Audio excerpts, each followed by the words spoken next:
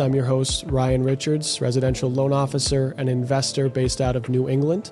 Today I have the pleasure of speaking with Brooke Buckett, who is a top realtor in Rhode Island, which is just named one of the top markets in the United States. So today we talk a lot about everything Rhode Island in terms of amenities, why people are moving there, some of the trends that she's seeing in terms of population, first-time home buyers, why are people buying, why are people selling, what does new construction look like, are they building homes in Rhode Island, what does she expect the market to look like for the year, and we break down everything first-time home buying. So if you're a first-time home buyer, first-time seller, highly recommend listening, and hopefully you learn something from Brooke and myself.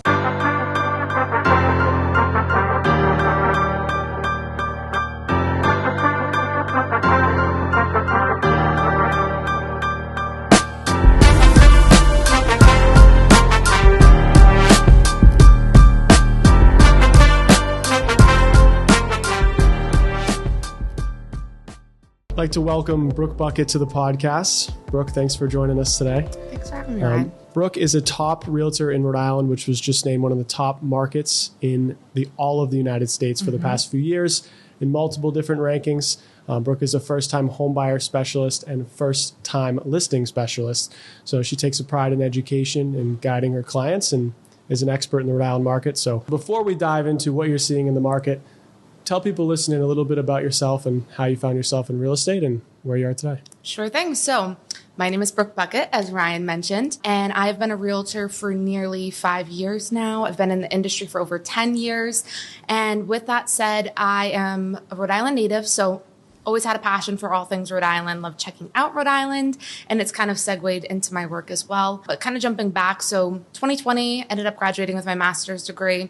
And then from there, I'd been working in a real estate office all throughout college alongside my broker very closely. And she was the one that kind of saw an opportunity for me in real estate. She saw the passion that I had when I was working in the office and working on projects with her, reviewing paperwork, whatever it may be that she needed help with. So with that said, she had said, Brooke, I think that you might be someone that's a great candidate to get licensed in real estate. Is that something you're interested in? And I sat down with her and I'm like, I'm just not a salesperson. And she's like, Brooke, you don't have to be a salesperson. That's the unique value proposition that you have. She's like, you're a very education focused person and you really believe in the power of education. And I think that that's what you uniquely bring to the table. So with that said, I was formerly a TA for multiple years at the University of Rhode Island during my time while I was getting my master's. And so I've decided that when I got my license, that's exactly what I would do, is educate my clients. So that has been a common theme throughout my years now as a licensed realtor, and definitely the thing that makes me stand out. I believe in the power of education. I feel like it makes my clients more knowledgeable. They feel confident when they're navigating the transaction. So it's a really powerful thing when you infuse education into the real estate process, right? It's not just me telling you what to do. It's you being educated so that you can make informed decisions. And then obviously I can infuse my advice along the way so that you're guided. But I just noticed that my clients are much more confident than a lot of other buyers and sellers that I see out there. With that said, which in this market is so important because you have to feel confident making decisions because things still move very quickly. And as we've seen recently, yes, things might have subsided a little bit, but they're still very competitive. So absolutely, talk a little bit to that as far as what you're seeing in the market and how are your buyers handling things and how are you helping them win? Sure thing. So we are certainly in peak selling season. That means that we have the most buyer demand going on right now. It's one of the best times of year to sell just by way of, obviously, it's the nicest time of year to move. The sun is shining. It's warm out. So we're not mucking through the rain or anything like that. So buyers love that. It's also a more casual time to move. We don't have, the weight of the school year upon us, whatever it may be. So we see a lot of buyers move between spring and summer. So the demand definitely goes up during that season. Overall, though, buyer demand through the last 5 years has remained really strong despite the high interest rates. So I keep seeing all these things on the media that's like, oh, high interest rates, it's killing buyer demand. And that's simply not the case in Rhode Island and most of New England as well, by way of the demand and the backlog of demand that there is to live in these areas, right? Rhode Island really has stood out amongst other states, though, in the local area because of the amenities that it offers, the proximity that it has to Boston and New York, and the affordability that it has that a lot of Massachusetts and even nearby Connecticut just don't have. And then on top of it, I mean, we're along the coast here. We've got a vibrant capital city. There's great job market, beautiful houses, and people just really love it. And I think another thing too is that we're seeing and using a lot is the first-time homebuyer programs. And I feel like Rhode Island has been one of the more reactive states when it comes to making homeownership more affordable. And Massachusetts comes out with their changes, but I feel as though sometimes they're a little bit behind the curve with when they do and how they do it. But Rhode Island has been steady, for years of having great access to first-time homebuyer programs, and not just one. They have several different options, and that can be a great tool to break into the market too for others, whether you're out of state moving in or living in the state. And there's even some additional benefits if you've lived there for some time. So that's become, I think, a great resource too. I think as you made note to, with people moving into the state, the way I have come to feel about the migration, a lot of it has to do with, I think, some of the effects of COVID. I know here I am in 2024 still talking about COVID, but I do think COVID forced people, and really companies for that matter, to shift their thinking. So companies obviously went remote, and people now realize instead of leaving their house every day and being gone for the majority, they're there. Right. You're stuck in your house for all day, 8, 10, 12 hours a day, and you're in your surrounding neighborhoods. So now I feel like if you have the freedom to choose where to live, why not go somewhere more affordable that has great amenities, which Rhode Island certainly does. I agree. And being an expert on Rhode Island, what are some of the things that you've seen that have drawn buyers to the area that's your clients have looked for? I love that question, Ryan. And I just have to circle back to what you just mentioned about people spending more time at home. A lot of people are working remotely now. And I've worked with a lot of folks that have relocated to Rhode Island and they're working from home.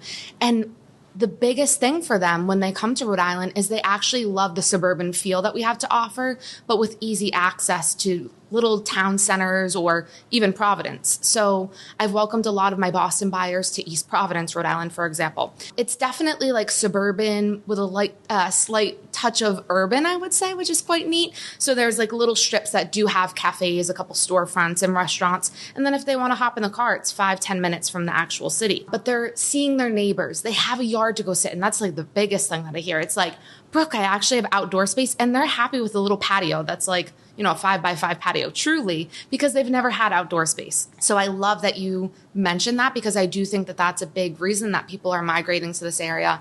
And then on top of that, they are comparing their $4,000 a month rent to a $3,500 a month mortgage on a beautiful colonial home that's all done up and in a great neighborhood. And they're like, oh my gosh, how do we pass this opportunity up? And we can hop the train 45 minutes to go to Boston, or hop in the car and drive to Boston if we want to go visit our friends or enjoy the amenities that larger city has to offer. So I think that that's a really great point. But yeah, I think Rhode Island just has so much to offer. There's a lot of cute little downtown centers. I'm not sure if you've explored too much of Rhode Island, but I know that you do know quite a bit about it. So with that said, there's little downtown areas like Wickford Village, Patuxent Village, and people see these areas and they're like, oh my gosh, these look like things from the movies. Like they can't believe that these things exist.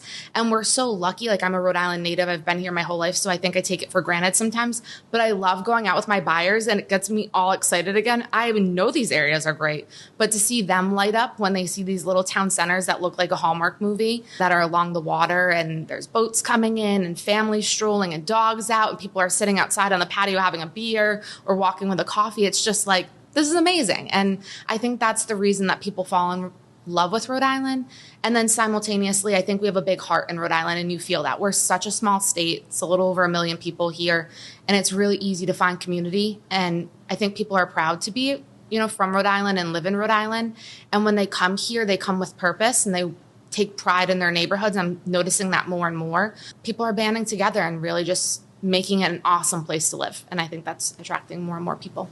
Well, you've sold me. So I would say I just moved to the area too, and a lot of those things I definitely found attractive, and I can see why, because a state like Massachusetts, certainly there are areas like that, but it's so spread out that you lose some of that community feel and still with the access to resources and space. I think that's a big thing, but especially the proximity to water. I think that's something that I definitely enjoy about having close by and being near. And then of those buyers, yes, Rhode Island has all of these things to offer, but if you're looking for all three of them to fit in the perfect box, I know you have a great philosophy about how you advise people to be realistic with their expectations, navigating a competitive market, and how to make sure that they put themselves in a good spot to get what they're most desiring, but at a realistic time frame and price. So talk a little bit about that. I love it. So my motto is think about location, price, and criteria. Pick the two that are most important with you and keep those top of mind when you're navigating looking at homes, right? You're never going to get all three. I don't care if your budget is $500,000 or if it's $1 million. Like truly, you'll never get all three perfectly. So choose the two that are most important to you and be flexible on the third. So I'm never about conceding and just settling on a property. I don't think that's a good feeling. You're about to pay a mortgage on something. So I always remind people that, like, if you're not feeling it, let's not do that and make you, regret this decision. That's certainly not the case. But being realistic with how limited inventory is right now and where prices and interest rates are, it's better just to get into the market now, be a little bit more flexible, and then hold on to that property a few years. And ultimately, you can leverage the equity that you build in a few years to that house that might check more boxes than that first home. So if you're a first-time buyer, it's all about just getting in. So me personally, I'll give you a case study. When I was looking for a home a few years back, I knew that I wanted to be in the East Bay. I had a budget in mind, and I decided, criteria I'm going to have to be flexible on. East Bay is quite expensive, and as a first-time home buyer, I was like, I really want to be here, though, so how am I going to make this happen? And I ended up settling on a ranch, which I never would have thought I would on a ranch home, right? And it definitely needed a lot of TLC, but I saw the potential there, and that's one of my favorite things when I'm working with my clients is to go in and show them the vision. And I'm not talking about a full gut if I don't think that you're capable of that or if financially it doesn't make sense for you. So we talk about all those things when we're looking at properties. This is not HGTV. We don't have a crew. So unless you have funds readily available or family or connections or whatever it may be, I'm going to be realistic with you about the extent of the work to be done there. For me, I had connections, and so ultimately I was able to renovate this property, be in an awesome location, like prime time in Bristol, really blessed. And here I am a couple years later when I was like, I'm buying high, but I really do believe in that philosophy that it's just better to buy whenever you can, get in the market. Like it's all about time in the market. So I bought a few years back, and man, am I glad I did. Awesome in terms of equity. And I plan to leverage that property into other properties. And that's the big thing with your first home. Some people think, I'm just going to wait and I'm going to save and I'm going to buy the perfect home.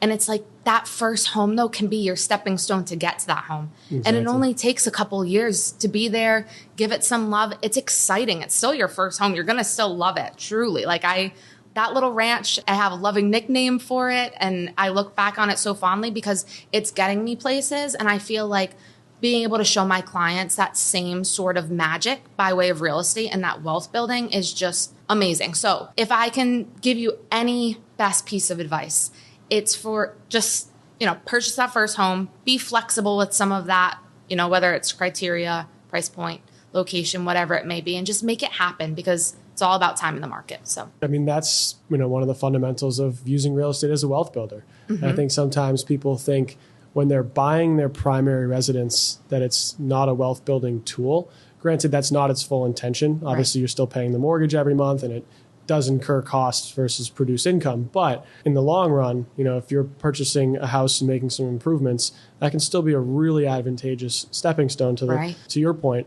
And I think there's just all sorts of different advantages to doing it that way, especially when you get that first house, albeit maybe it's only $400,000 house. It's a little bit smaller than you wanted. Doesn't quite have the location you want, but you love the yard and you love the amenities. Yes. And you move in. And you make some improvements over time. And in 5 years, that house, say, goes up 20% in value. Right. Now it's worth $480,000. Right. So you sell it for $480,000. You pay down your mortgage a little bit, and say you profit, which in 5 years it would be tax-free. So you get tax-free income. Use that $80,000 to go buy that house that's $500,000 or $600,000. Exactly. That house now you bought for $500,000 or $600,000, that could be your forever home or the next step to it. If that house in 5 years appreciates by the same 20%, well, now you're appreciating on a bigger asset. Right. So that $600,000 becomes, now you have $120,000. So now you're at $720,000 in value. Exactly. And you've multiplied it in from 80 to 120, all the way up to you could potentially put a good chunk down on your forever home and still have it be affordable for you. Right. And I have to say too, again, flip on the news and you might hear that the market's going down, values are going down. And again, if you look at the data, that's just simply not the case. Rhode Island, we were just talking about this, was named number 3 market, did you say, this year? I knew it was named number 5 market by Zillow this year. Like, it's just one of the hottest markets in the United States right now. But by way of appreciation, I'm not surprised with it being number 3 because we're appreciating roughly between 7 and 8% a year. The national average, I believe, when I looked last, was hovering around 4 to 5%. So again, nearly double we're appreciating here in Rhode Island. So you just gave the example of 5 years, but truly you could be there 2-3 years and still see an awesome return on investment if you're only doing lipstick upgrades, which a lot of people, don't miss the potential in a home. And I love discovering that with them. Like, hey, yeah, there's wood cabinets, but just go buy $100 gallon of paint those, throw on some knobs from Amazon, and you've got a bright and beautiful kitchen. And that $150 that you spent really probably gave you $5,000 to $10,000 in a return. I mean, it's incredible some of these things that you can do that have such a huge impact. And then just the market itself. They're looking at the next 5 to 10 years. If all things go as planned, a lot of experts saying that the market's going to appreciate. So, people 2, 3, 4 years ago were naysaying the market and saying, I'm going to wait for prices to go down. And it's just looking like that's not going to be the case. So when you wait, you're missing out on a lot of equity that you could incur, whether you want to use that as a stepping stone or just hold on to the house, whatever it may be. At least you're buying in now before prices, continue the upward climb. Agreed. And I do think it's all relative to your plan in a sense where, if you were going to, knock down an old mill and do a 3 to 5 year development plan, you have to be pretty in depth with your market review and predictions to determine what the market's going to do at the time that you exit versus, comparing it to residential. If you were buying a single family house that, your first house you plan to live in, but you're like, I'm probably going to be there 3 to 5 years. Right. 3 to 5 years is a lot of runway. Versus if you're someone who's buying a house and you might relocate your job next year to a different part of the state, that one might mean maybe you shouldn't buy. Agree. But if you're going to, you're definitely going to want to make sure that the house you're purchasing has some of those positive factors that would support value or opportunities to improve the value with renovations, improvements, and hedge against some of that, potential market deflation in the short term. Absolutely agree with that. And I know as part of your intake and having worked with you for many years now at this point, that's part of the conversations that you're having. And these are conversations I'm having with my buyers when I meet with them for the first time is, what is your plan? What does it look like? Talking about resale value down the line. Like, some of my clients say to me, Brooke, I might only be here, 2, 3, 4 years, and then we're planning to sell. Okay, well, maybe a 2-bedroom isn't the best house to buy then, right? Because historically, 2-bedroom homes don't hold value or don't have as high as a value as a 3-bedroom home, right? So maybe instead opt to buy a 3-bedroom. Or even, if you're thinking between a condo and a single-family home, maybe opt for the single-family home because, again, historically, single-family homes tend to sell faster and for more than a condo, for example. So I'm talking the example of if you're planning to, have a quick turnaround time, for example. So these are important conversations that we're having with our clients as educators, both you and I, to make sure that our clients are well-informed and knowledgeable and can make informed decisions, especially if they have these timelines in mind. No, exactly. I think that's super important for people to understand is that it's not just a yes or no answer. It's very much circumstantial. And having the advice and guidance is key to being able to, one, make a quick decision, a fast decision, because that's how the market is, and feel confident about it. And then be able to sleep at night not worrying, knowing you had a plan. I think a lot of times that's can be missed in real estate is people buy a house and then 3 weeks later they're like, oh my God, what did I do? And because they don't have that knowledge base to go back to and say, okay, no, at the time, this is why I made that decision and it makes sense. I'm going to stick with my plan. So I do think that's important. But on that same note, a lot of the buyers in the market today, as you mentioned, have to be realistic with what they're looking for in the sense of not being overly specific with their criteria, with price and location. Yeah. But nonetheless, a lot of the clients that we've helped work together on have found almost that perfect semblance. And a lot of them have been first-time home buyers with usually means lower down payments. Yeah. And it usually means they don't have unlimited access to funds, like the rest of us. So curious what your advice would be to a buyer today who's like, there's no way I'm going to be able to buy. I'm not buying a house without a home inspection. I don't have a lot of money, but I really want to own a home. What would your advice be to guide someone as a first-time home buyer who's hesitant today? Yeah. So I love that question. As you know, the majority of my business is first-time home buyers. Last year, 80% of my clientele was first-time buyers. My buyers are winning, and it's simply about working with an agent like myself that strategizes and is working in their corner and surrounds them with a rock star real estate team. And a lot of times you're part of that real estate team on the lending side, and we collaborate, right? That's a huge portion, right? Your realtor and your lender should be collaborating to put you in the best position and making sure that you are advocated for on that end of things, and you explore all the loan programs available to you. And if there's grant money to be had, that we've explored that, or even down payment or closing cost assistance, which I definitely want to circle back to in a moment and pick your brain on that a bit. But making sure that you have access to all those programs and you know what's available to you. So that's step number one, I would say. My clients, so many of them in this past year, have closed with little to no money down at the table, thanks to you and these wonderful programs that are available. And it's educating them on that. And a lot of times they find out, oh my gosh, I qualify for these programs. I never would have thought that I could buy a house with little to no money out of my pocket. Literally, some clients $0 out of pocket because we've gotten them credits in other capacities. And for them, they thought it was this far out dream to buy a house, and it's simply not the case. So that's awesome. So like I said, starting from the top, surround yourself with a rock star team. Pick an awesome realtor that specializes in first-time homeownership, is an educator, is an advocate, and is going to be patient with you. I hear so many people that come over to me from other realtors that they were pushed and they felt pressured, and I'm not that type of person. Just because you're a first-time buyer, right? This is a whole new experience, and it's already stressful enough, so I'm not going to add more stress. I'm here to make it fun and casual and get you to the table successfully and happily and make sure that it's the best experience possible. So great realtor, great LO. And then as we're working through the process, I think the thing that makes first-time buyers most confident is taking that time for what I call to get your feet wet. So usually with my first-time home buyers, I take 2 weeks to like a month, I would say, of just going out and learning about them and seeing houses and asking them questions when we're there. What do you like about this house? What do you not like about this house? Do you like this area? And then when we're walking through the house, I'm educating them. What sort of heat source is this? You know, what are the age of these mechanics here? What does that mean? What is the cost involved? We start to do our research on all of that and really allowing them to have that foundation that they need to be confident when we really get serious in like a month, you know? So then when they find a house that they really like, they're like, oh, heck yeah. Like, I know already that this heating system is going to last me another 10 years. This roof's good for another 10 years. I can do these upgrades because Brooke showed me at that other house that this is just going to take me a little bit of paint and it's going to shine again and some new floor refinishing. So I think having that time with low pressure really makes them confident and ready to act when they find something they like. And I always talk about this feeling, right? So you made a good point earlier about like, hey, you're most likely not going to get all your boxes checked.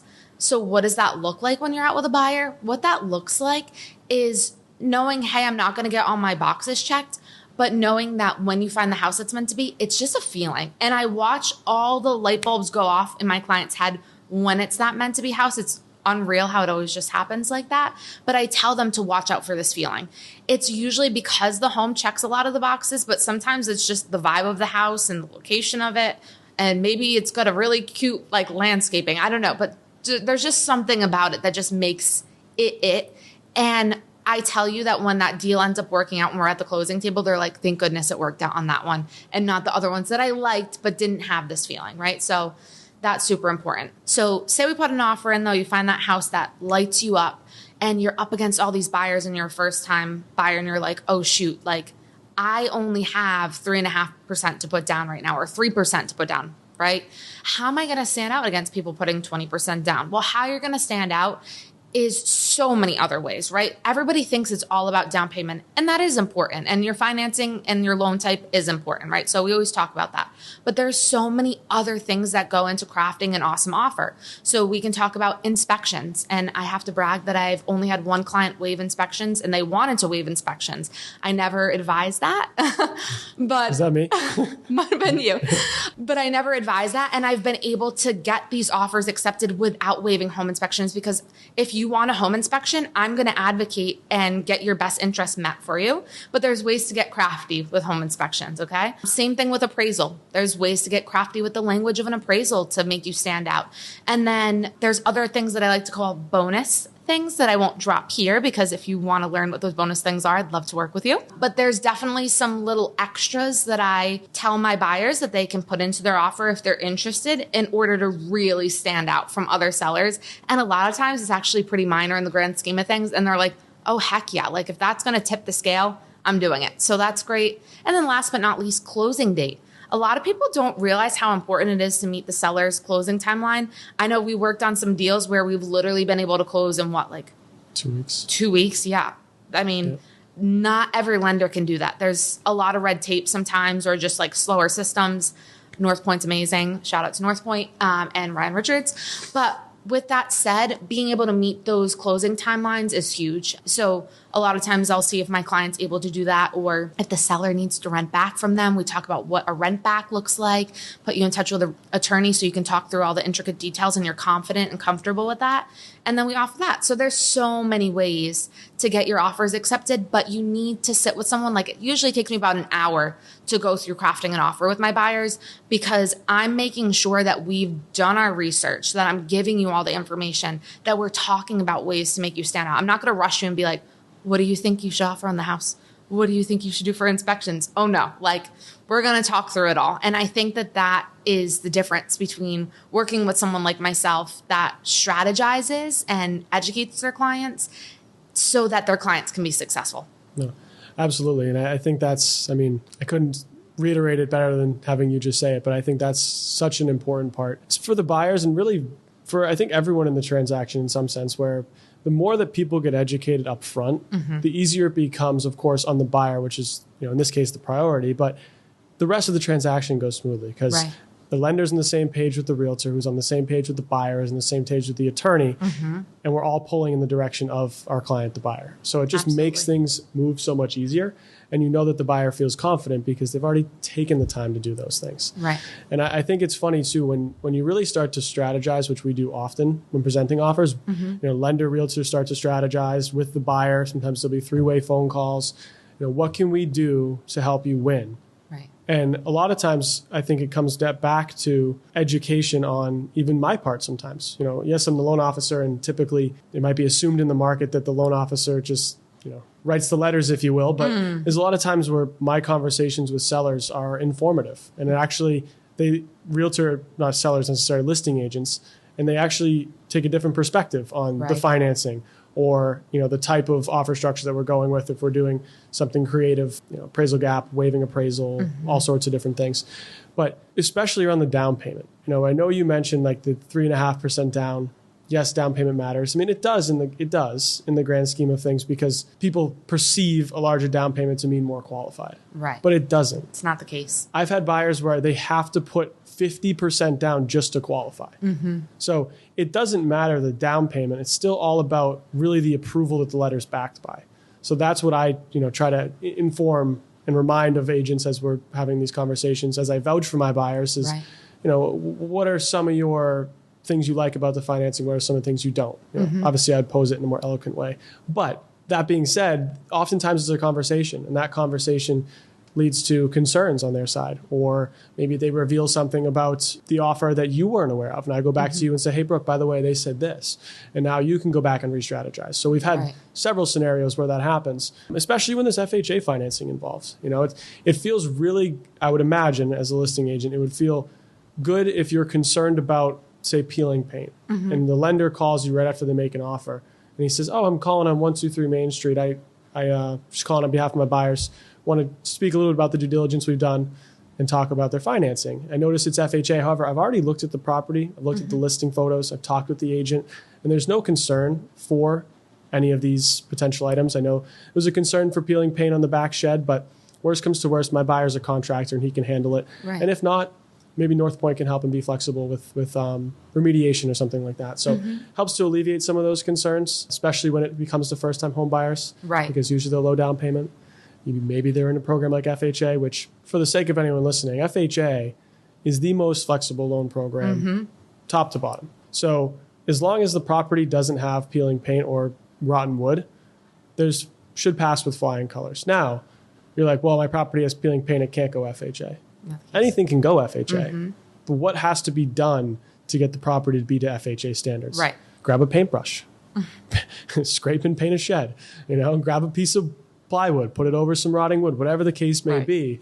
These things can be fixed. And I think a lot of times having those conversations with listing agents, I'm able to sometimes help them understand, where we're coming from and that it's a manageable situation. It comes down to the terms in the contract and the loan officer company reputation behind the approval that's being given. That's it. Not just the down payment. So I do think strategizing is so important and having a team beyond just the offer itself from your side, but I do think it's pulling it together cohesively that can make differences. So. Right. And I have to commend you because you're definitely one of the LOs that stands out above the rest in that you do pick up the phone and you have these conversations with the listing agent to assure them of the vetting that you've done up front, the financial stability of these clients, and the fact that we're going to get this to the closing table, right? Like that is the assurity that you offer them. And that in itself makes the offer stand out. That simple thing, right? What you offer up for information, even for some of our FHA buyers, like you said, like easing these fears. It's like, okay, there's a little peeling paint on a back shed. We're going to get someone out there. And I know we've done some deals together that are FHA. I usually just get my contractor out there. I'm like, do not worry about a thing, buyers. So I'm going to get the contractor out there. We close. We get ahead of it. It's appraisal time. It's painted. Nothing even ends up coming of it. So like there's so many ways to mitigate these small things and people wig out over the tiniest things. So I think that that's something that is important too, right? Is getting ahead of things and just quieting any fears or concerns that might be had that don't need to be had. Absolutely. Yeah. And I think too, what's funny in that same vein, well, I think that with the FHA appraisal piece, the fact that those items are going to come up become like a fear point. Like we need to go fix the entire house before the appraisal comes, which sometimes, yes, if there's something little, we know, okay, let's do that. Right. But I tell people, just do the appraisal. Right. See what comes back. See what comes back. Right. And then we'll just fix it. It's not the end of the world. Agreed. Those things can be mitigated, and sometimes there's creative ways to handle things. So totally. I do think that's important. But I know, working together, I've noticed that we both find those ways to make things happen, and that's important for the market. Certainly. Especially with buyers, but also, I know you with sellers you do a lot of first-time sellers. So another tough position that could be for someone looking for their next house because they already own. Right. So they might have a sale contingency.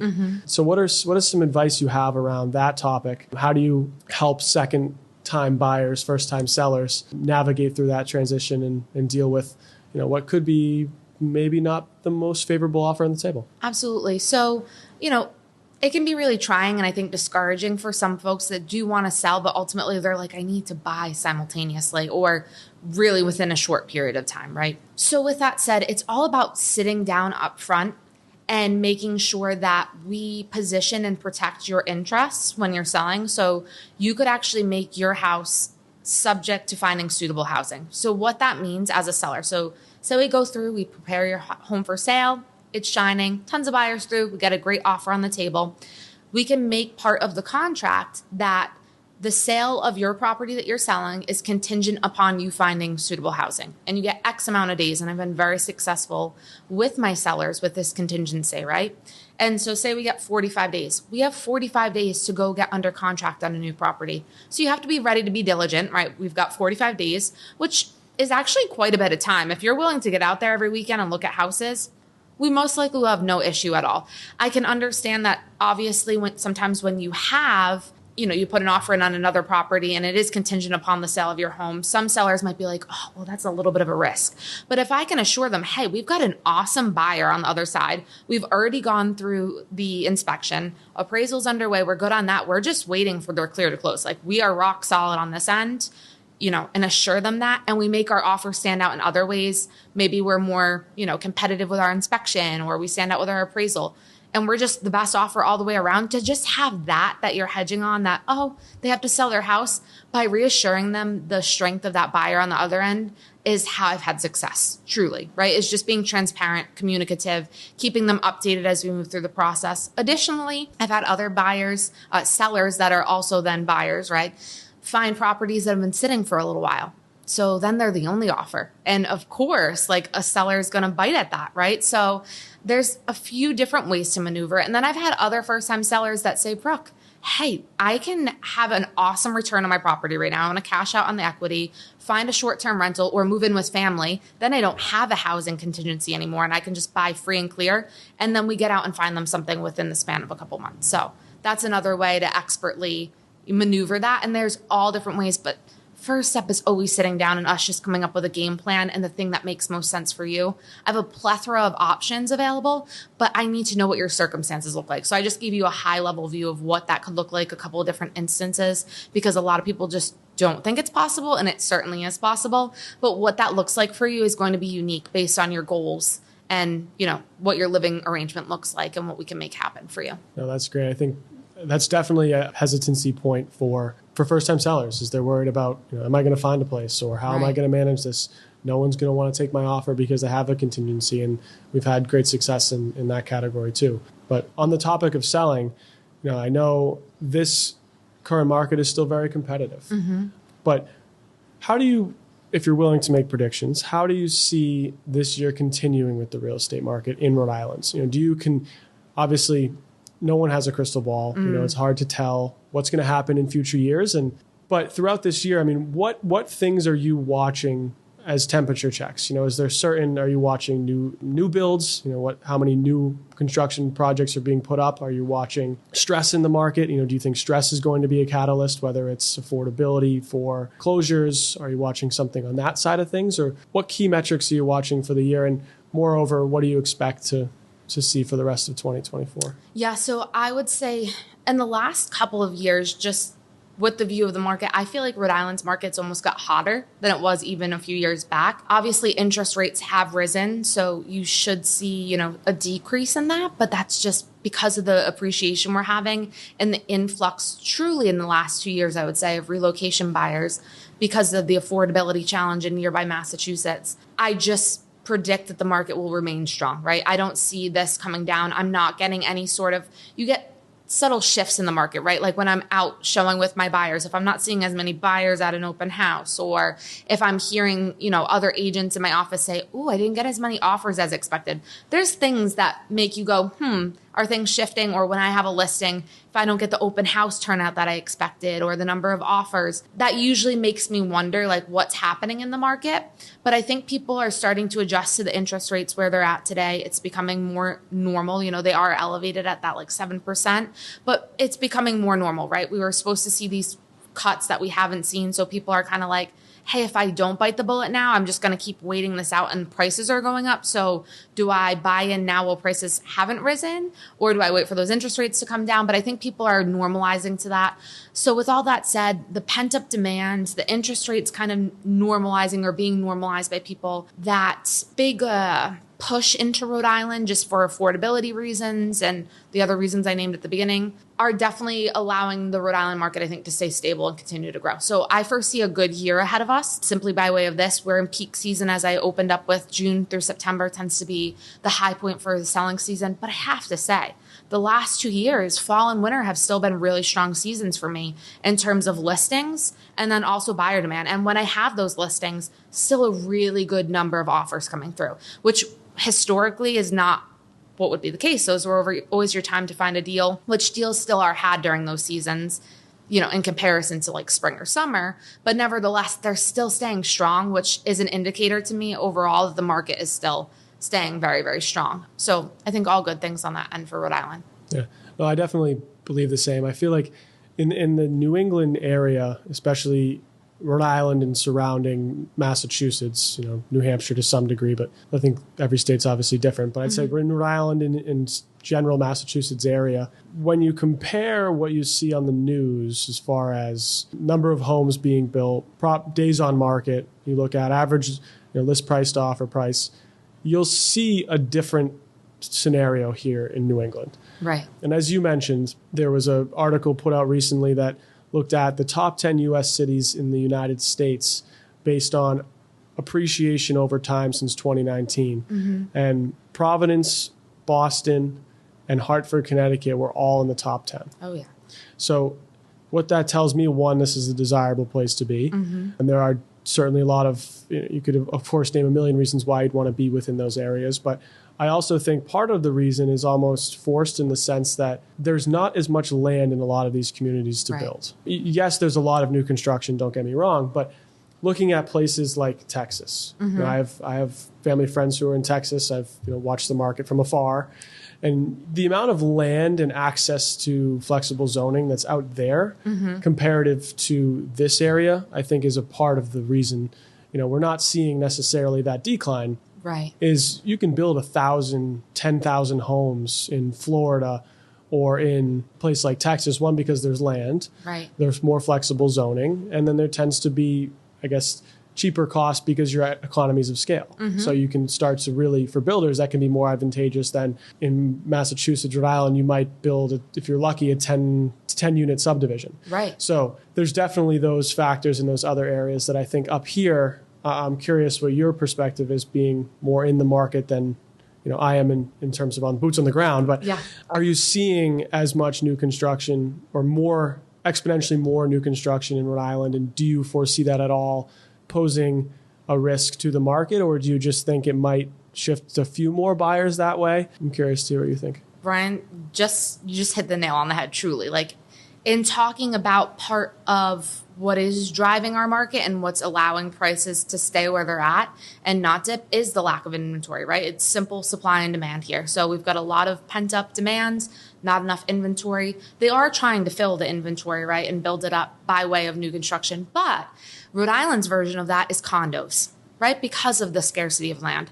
So I'm seeing a lot of new construction condos pop up. Not everybody loves a condo, but people are becoming more flexible to them. And they do offer really nice amenities. Some people are like, oh, I'm going to have my grass cut. There's a pool here, water and sewer included. This is awesome. So there are a lot more people opening up to that idea and also seeing that if I want new construction at an affordable price, this is how I'm going to get it. So that's good to see. But yeah, definitely we're not seeing as many new build homes, maybe in some more rural areas of Rhode Island, like Johnston, depending on what part of Johnston you're in, you'll see some down there. Occasionally like South County, areas that have more land to build on, but in areas that are more densely populated, like Bristol, for example. So I live in that area and they just threw up a bunch of condos over there. Beautiful, beautiful. And my goodness, the value of them when we look historically at condos is almost comparable to a single family home because there's just really no new construction in Rhode Island. So if someone wants that option, they're going to pay a premium for it. But that's our way of solving and adding more inventory to the market, right? Are these condo complexes that they're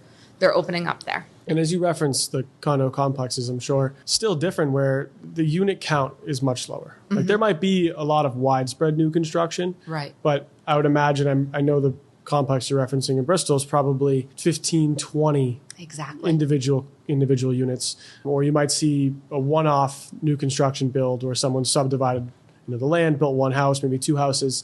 You might rarely see, very rarely now have I seen driving through Rhode Island, a large-scale development where they're building 50 single-family homes. It's just not, that land's been taken, for the most part. So I do think the bigger push is on, you'll see maybe a large condo development, maybe you'll see 100 units, but you won't see 1,000 units going up in a complex in Rhode Island anytime soon. So I think it's almost controlled in a sense because of what's available for land and with zoning regulations. Right. Seeing more rentals. A lot of new rentals pop up that they're constructing apartments, which is kind of interesting. But like you just said, like the inventory is definitely a challenge here in Rhode Island, I would say, and continues to be a challenge. I know there's a lot of initiatives, from a government perspective of what can be done to eradicate this. Some of it is creating apartments, right? Because it might be a more affordable option for certain people, but there's definitely still a need for more inventory in the market. And they're trying to meet it. They're converting old mill buildings, for example, which is really neat and a great way to be more impactful, right, about how many units you can fit into a space and all that good stuff. So remains to be seen, and I'll be curious how they'll continue to remedy this in the years to come. I wanted to throw back to you just in terms of like buying and what that looks like. I feel like a lot of people see these things in the news, right, about New England and the prices and how expensive it is to live here and feel like it's a, foregone dream for them to ever own something. Do you feel like when you talk to a lot of people that might potentially come to you, do they have that, not negativity, but lack of optimism towards the market and feeling like it might not be something that they can achieve? And then after talking to you, perhaps they feel different. What does that look like? Well, that's a great question. I do think that we're all in a similar boat. I feel like, at least my perspective in 2024, everyone knows everything's expensive. But I do think there's been a shift in the real estate space from 21 to 24. I mean, obviously, but especially with buyer mentality, and that I think the biggest thing that I noticed with buyers today is them having to come to grips with the fact that owning a home is not cheaper than renting anymore in most cases. Granted, if you relocate from California to Rhode Island or you relocate from Boston to Providence, that's where you can get affordability. Right. But if you're renting in East Providence and you want to buy in East Providence, those are two generally different numbers for payments. And I think that for people is a little bit different than what we saw in 2021, which was an anomaly.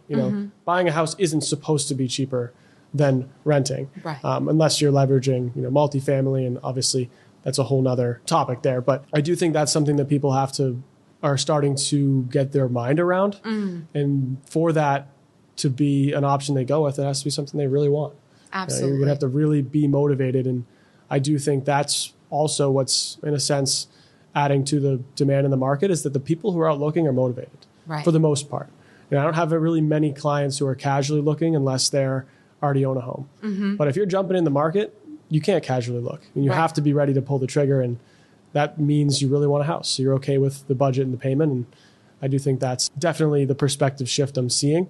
But more so to the point of your question, I do notice some hesitancy amongst new buyers, not thinking that they can afford a home, or not thinking they have enough money for down payment, or that the rates are too high. And I think those are all valid concerns that anyone would have when making a big purchase. But my counterpoint to someone in that situation would be, well, have you talked to a loan officer? Do you have a financial advisor? Have you talked to a financial advisor? And more often than not, I don't know the statistic, but I'd say out of my experience, probably 80% of people who say that have not started the process to talk to someone. And I think that's important because, you'll see buyer sentiment. There's some studies on consumer sentiment, of course, but there's some real estate studies I've seen, and just they ask people in general, what do you think of the real estate market is expensive? And of course, affordability is a problem. A lot of people say that their interest rates are too high, but it's not necessarily because they've quantified the impact of the interest rate. They just see the number 7 or the number 6 as the start of the rate, and they say that's too high. But the same token, that person probably has $10,000 in their credit card that's at 25%. So it's not the rate. They're just putting up a wall to prevent them from exploring further, which is natural human nature. But I do think that if you're in that spot and you're listening and you're like, well, I don't know if I should buy, I think it's too expensive, then I implore you to talk to a loan officer, especially one who takes an advisory standpoint and helps you plan, because you might find out that, 1, it is affordable, or 2, here's all these ways that you can help make it affordable. Yes, exactly. So, I love that. Awesome. That's my perspective. No, it's a great perspective. And, a lot of times, I'll meet a client, whatever, and we have that initial conversation again with, I don't know if I can afford it. And I always say, well, we don't want you house poor. So let's start with that. I'm all about affordability. If you want a house, let's just make sure that it's affordable for you.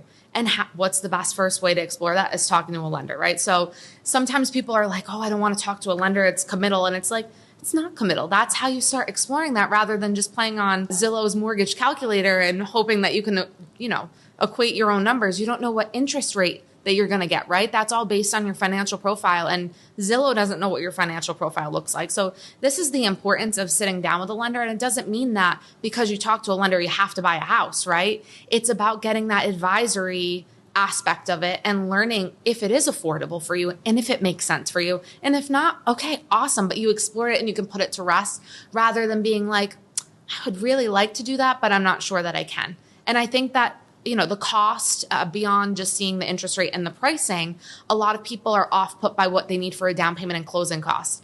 So maybe we can talk about that for a moment, because we've had a lot of clients this year that purchased with little to no money out of pocket. And I know that you've said before, some clients have been super surprised after talking to you. So can you talk to me a little bit about what those conversations have looked like, and then what's available in Rhode Island for these down payment assistance programs? Absolutely. Yeah, we've been very fortunate with having first-time home buyers explore these options. And I think fortunate with the resources that we have, at North Point in terms of the programs that we have access to, being in that middle ground, having not only access to, state programs, but having federal programs and all sorts of different assistance options. We're not tied to just one basket. And we've had buyers who are very fortunate. Some utilized the grant program that was available in Rhode Island. Buyers utilized the grant program that was available in Massachusetts for a brief period of time. And now there's assistance programs available in each state, some of which can cover $15,000, $20,000, $25,000, $30,000 worth of your down payment and closing costs, either through the form of a assistance loan. But the good part about the loans is they do give discounted interest rate. So typically, it depends on the state, but some states would be at 2% interest to borrow that extra money. So awesome. It essentially acts as 100% or 101 or 2% financing. So you're financing all of the costs of the loan, including down payment and closing. And we've had some buyers who we've paired with a seller credit, and they actually get their escrow check back at closing, and they buy the house with no money. There are also other programs that do provide no interest assistance. So it's what we call a deferred second mortgage. It is a mortgage that does get attached to the house as a loan, but there's no payments, there's no term.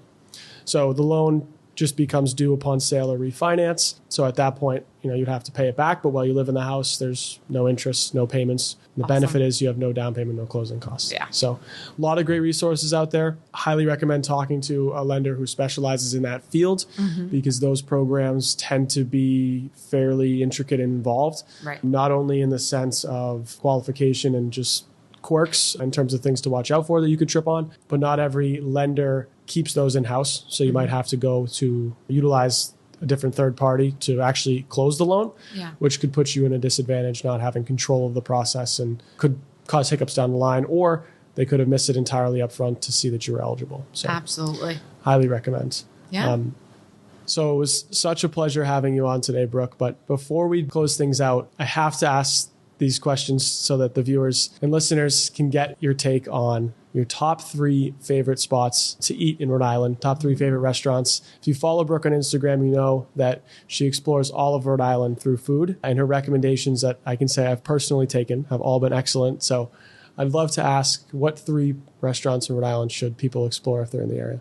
Awesome question. All right. So I would say Oberlin is my top favorite restaurant. Number 2, Oberlin's in Providence, and it is just amazing. They do really creative dishes.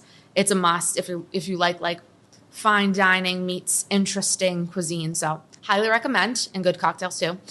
Number 2, Square Peg, located in one of my favorite parts of Rhode Island, which is historic Warren. Kind of like elevated pub food, dark and moody in there. And they also have Stingy Alley, like a block away. That's their little bar. Check it out. And then last but not least is Aguadante. It's located in the Fox Point neighborhood in Providence. It's like Spanish, Portuguese tapa style. Their garden is beautiful. Their interior is gorgeous. Their martinis are amazing. So those are my favorite spots, but definitely check out my Instagram if you're looking for some other good spots to eat, because I love food and I love Rhode Island. So you'll notice that on there. I can personally attest that those are all excellent recommendations. But Brooke, thank you again for coming on today. I know we talked about a lot, and hopefully people have learned a little bit today about you and what you do and how you can help. If people want to learn more about you or follow you online, where can they find you at? So I am very active on Instagram, Brooke Buckett, Bucket with 2 T's, R-E. And then I also have Facebook if you're looking to connect with me there, or by email. I love a good call or text. If you have questions about buying, selling, real estate market in general, or all things Rhode Island, I'm your girl. So thank you so much, Ryan, for having me on. I really appreciate it. It's been a pleasure. Likewise. Looking forward to the next. Thanks.